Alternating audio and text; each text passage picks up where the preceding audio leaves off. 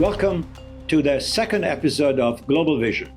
I am Paulo von Schirach, your host. We're taping the show only steps away from the White House, very close to Lafayette Park. Today's topic, artificial intelligence. Do benefits outweigh the risks? My guests, all of them from the think tank Thea, specialized in artificial intelligence, are Todd Jacobs, Barak Engel, Wade Billings, and Doug Shannon. The optimists argue that artificial intelligence is a great tool for human progress. Instead of replacing us, AI could make our lives better, longer, and more fun. From the lab to the living room, from the hospital to the command center, AI over time will have an impact everywhere. In fact, AI made it easier to bring you this broadcast, and there's still a place for the human, and that is me. The algorithms that power your smartphone are now driving breakthroughs in medicine and discovery. In health sciences, AI accelerates drug development by predicting how molecules will behave, enabling treatments that once took decades to envision, design, and bring to human trials. Early disease detection through pattern recognition promises better drugs and longer, healthier lives. Beyond medicine, AI fuels ingenuity in everyday life. Each invention pushes the boundary of what technology can do in partnership with people. As AI evolves, the frontier extends towards human longevity itself. With precision diagnostics and personalized wellness programs, AI offers us the hope of an extended lifespan coupled with improved quality of life. It's not the Terminator, it's actually treatment. This isn't the rise of machines. This is the rise of better medicines. Welcome back. We're here now to discuss the positives and negatives, maybe, of artificial intelligence, and we're fortunate to have with us a team from the Thea think tank based here in Washington, D.C. Some of them are on the East Coast, some are on the West Coast. And let me make a quick introduction. We've got Todd Jacobs, co-founder and executive director, AI governance, cybersecurity, and government advisory of Thea. We've got Barak Engel, co-founder of Thea, Silicon Valley security leader and pioneer. Wade Billings, co-founder of Thea, workforce transformation, applied AI ethics, and organizational resilience is his niche. And last but not least, Jim Desmond, who is at Thea also, obviously, cybersecurity executive. So, gentlemen, thank you very much for being with us. Let's, with your help, as you are the experts, try to let us understand, we the lay public, that we're mesmerized by these, what we know, at least those of us who read the newspapers, we know that hundreds of billions of dollars are poured into development of AI. The big tech companies, from Meta to Google, we know Alphabet, all of them are relentlessly pouring tens of billions of dollars, making enormous announcement of capital investments in AI. That much we know, and we know the stock exchange has gone up largely on account of this incredibly large outlays of capital already made or projected this year and the next year, etc. We know that. What does this mean to the general public? Tell us what can we expect out of this in a reasonable time frame? Can we just get started with you, Todd? Sure, I can answer that very briefly, and that is what the public sees is not what all of AI. It is really just the large language models operating as services in the cloud. And ultimately, what we're going to see in the near term is just changes in the nature of work, not necessarily a disappearance of work or this massive transformation in the short term, but it will change how people work in the workplace and what they are working on? I think that what we are looking at is potentially the sort of next big transition. You know, we had the Industrial Revolution. What did that do to the world? Well, that took a good number of decades or a century or so to really play itself out. The internet revolution, right, took a shorter time frame and has truly changed the way we consider human life. What is happening now, in many ways, is that it feels like we're moving through another phase of this, but the timelines are compressed yet again. To some degree, it's a variation of the growth of computing power, right? You know, it's constantly exponential. Well, now we have revolutions at exponential pace, and it's an interesting question for society on how to deal with a major transformation that's happening so much faster. At times, it does feel like we're running downhill, gaining speed, and you hit that tipping point, right? You feel yourself. You might lose control. The speed is really sort of approaching that paradigm. Let me press on this issue. I'm sure you gentlemen are aware of the critique. You know, there's this great gentleman, a historian who's all over the internet with flashing red lights and say, no, this is bad, stop, slow down. And I'm referring to the historian Yuval Noah Harari, right? You know of him. And I have watched maybe 10 different podcasts, interviews, lectures, or maybe more that he has given in the last several months saying, we are unleashing a monster. We don't know where this is going. We have no idea. And this thing never stops. This is not human. This is doing things that we cannot even fathom, and we don't understand the boundaries of this, and we may risk to lose control. Is he just a Dr. Doomsday? Is he just a,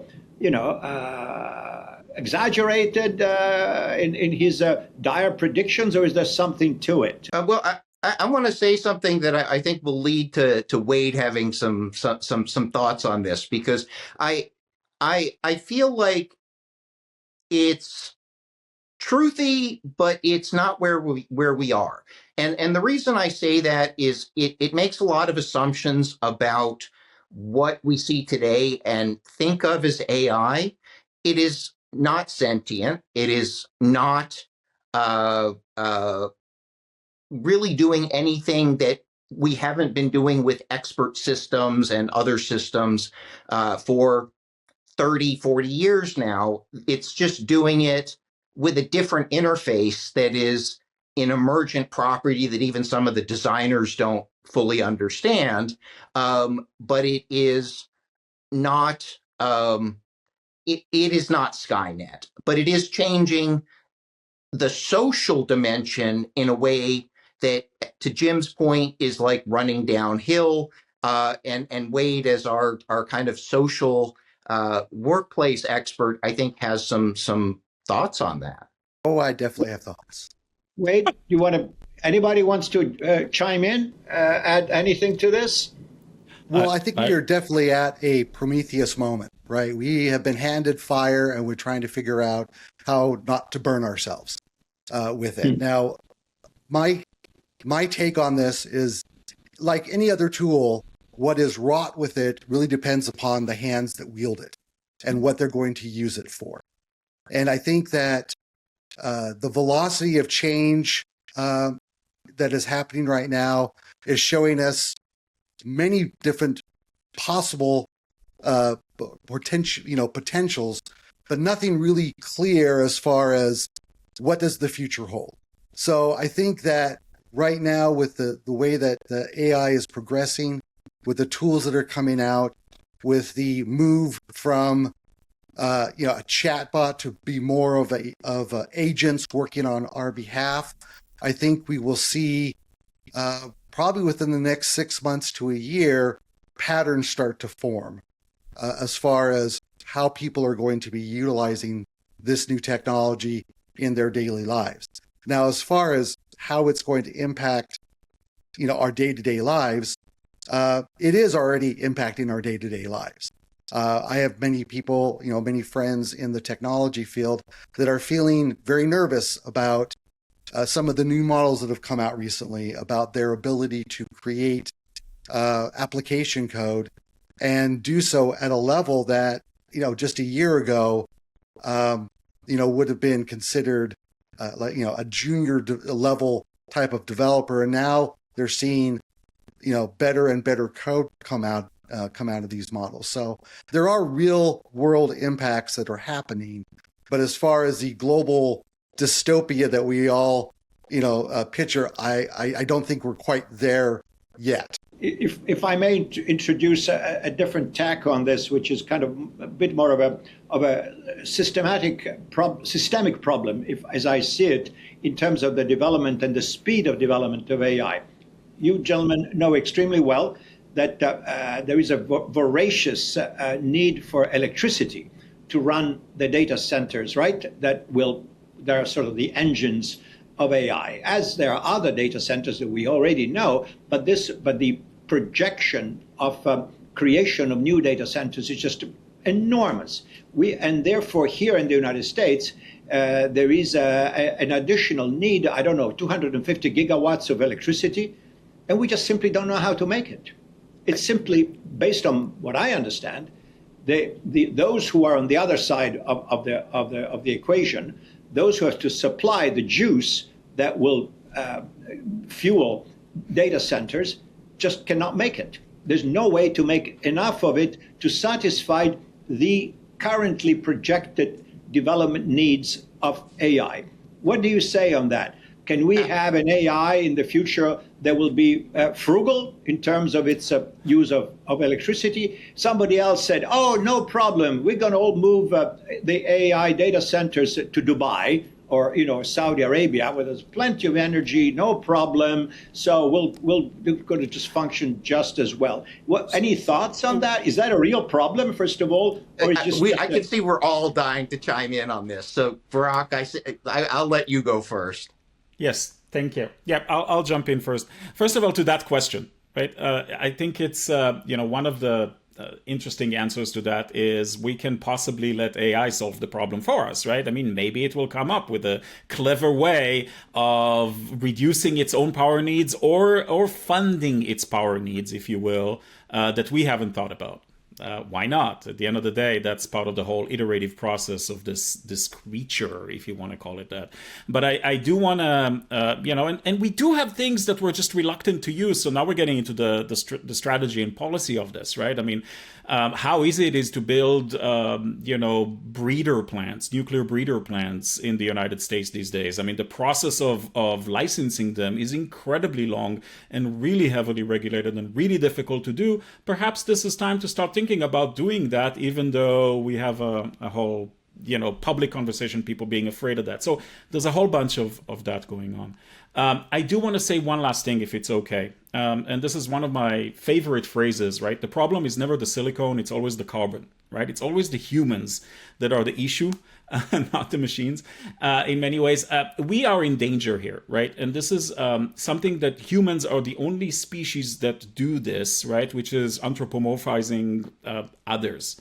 You never see a puppy going around and looking at the spider and saying, oh, the poor spider is feeling guilty because it tried to sting me, right? I mean, that doesn't happen. But humans do that, and humans do that with machines or with objects too. We will take little googly eyes and put them on oranges and then start to think that the orange has feelings. We are in great danger of doing this with AI. AI is essentially today, the way we understand it, generative AI, LLMs, large language models, what they really are a squeak toy that's designed to talk back to us. I'm trying to be a little bit outrageous the way I say it, but it is a very, very clever squeak toy, and we're in great danger of giving it qualities that it doesn't have today and it will never have in the future, even if we get to the level of general AI. Right? Even if we get to the level where that thing is 1,000,000 times smarter than us, it's not going to feel human emotions. It's never going to be another carbon-based life form. And we have to keep that in mind when we, design policy, when we think of solutions. When we bring it back to the human realm, we run into trouble. And that goes back to Wade's point about, we've been given fire. We got to be sure we don't burn ourselves. Yeah, but so when we were talking about it from an energy perspective, right? Like if we keep the lens squarely on that, I have two things to point out. One is these current demands are a function of the way we're approaching AI, which is, if you look back at the history of computing, we went from these big central computers to a computer on every desk. So it's not necessarily that the energy need will go away. It's just that the need for these giant data centers to do the AI processing, I think, is it's an artifact of the economic incentives and processing power that we have. And the other piece is that, to Barak's point, although maybe looking at it from a slightly different lens, people are solving this problem in other ways already. There was, the restriction on chip exports to China forced them to develop systems that used less power and less powerful chips. New computers are coming out and new models that are doing what OpenAI is charging the public for, but you can do it on your own high-end desktop. Again, not to overwhelm with technical terms, but there are 12 billion parameter models now that a lot of people can run on their desktop that do almost as good a job as the average 200 billion parameter model that was available only through the big providers even just a year or so ago. What I wanted to get to, sorry for interrupting, what I want to get to is this. Is there a scenario in which all these great growth projections of the sector announced by these enormous investments by the big tech companies and everybody else working around them are based on, we're going to do this, we're going to do that. And this is, for the moment, we're going to build X number of data centers. And we see Amazon and Alphabet going around and shopping and say, oh, we're going to reactivate 3 Mile Island, nuclear power station in Pennsylvania. They'll give us the juice for that. Oh, we're going to do small nuclear reactors. Oh, we're going to do whatever. If these things don't pan out as projected, is this going to say, oh my God, we hit a wall? We can't grow because we don't have the data centers that we thought we would have online based on our business projections? Or is this a false problem? I mean, it's a false premise. It'll scale horizontally. Yeah, the base law of economic supply and demand will eventually get there, right? The competitive advantage that each one of these organizations is drawing from the use of AI, then faced with the economic challenge of supplying the energy to scale exponentially every year, will eventually sort itself out, right? And the consumers will deal with that. Yeah, it's AI will continue to enable human ingenuity in an even greater and faster sense. We're going to take a break, and we'll see you on the other side of the break.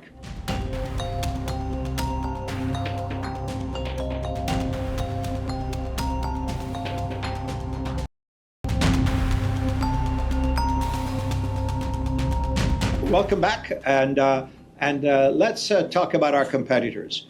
We know that realistically there's only one other protagonist in this show, which is China. And we don't really know a lot about what the Chinese do because they don't, divulge it. They don't share.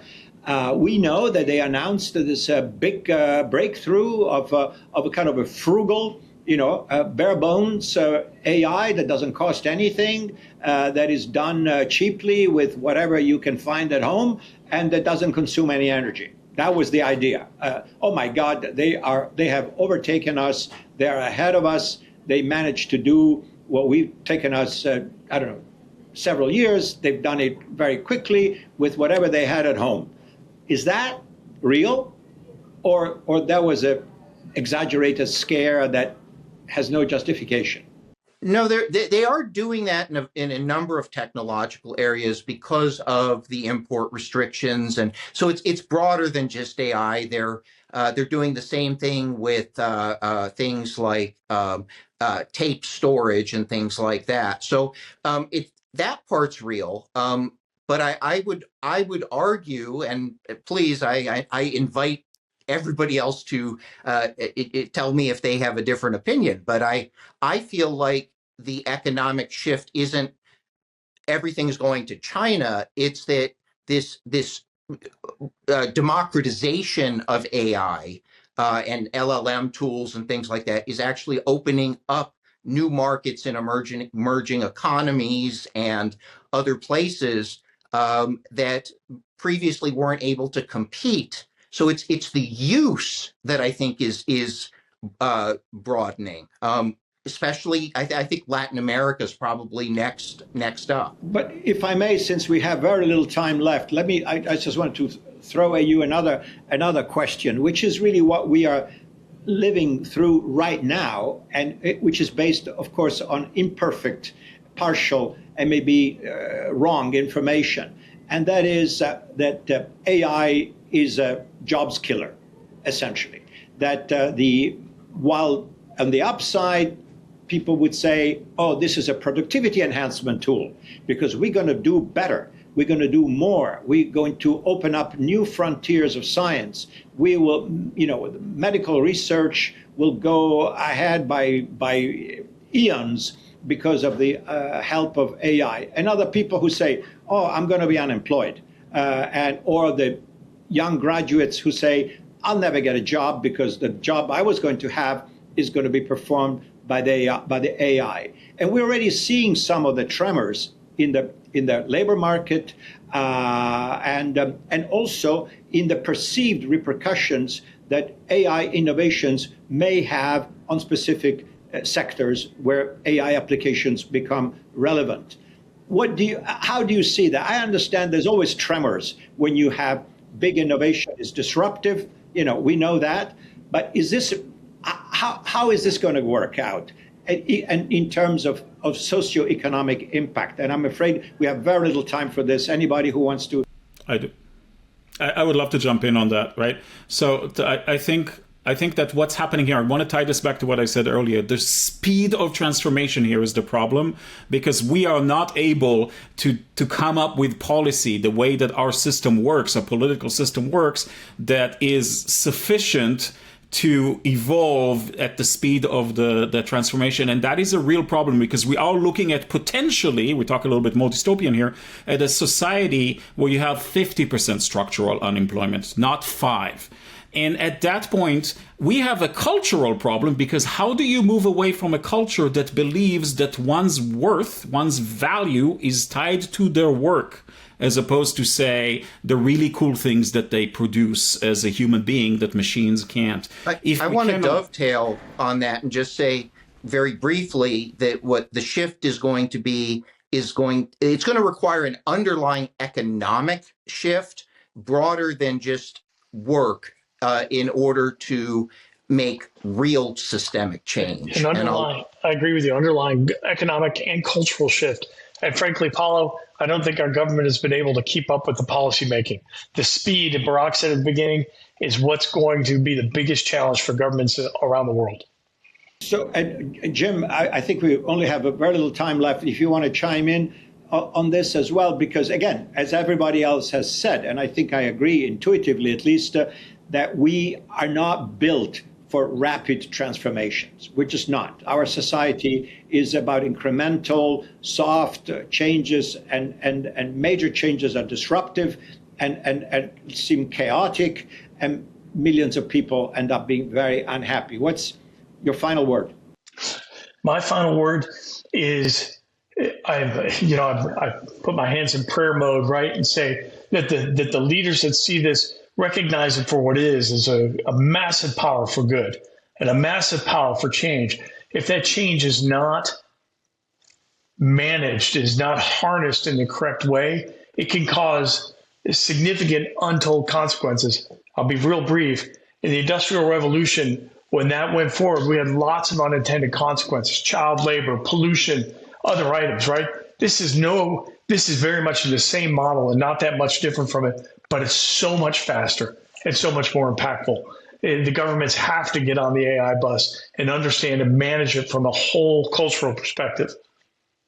I mean, Yeah. isn't it true, Jim, that it's a great paradox of human existence, right? We are at the same time extremely adaptable and extremely resistant to change. Yes, 100%. Critical thinking and adaptability, I think, are the keys. Without those two things, we will have challenges. Correct. Well, let's hope that creative adaptability will save us, because otherwise we are in trouble. But on that note, I would like to thank my panelists from the THEA think tank.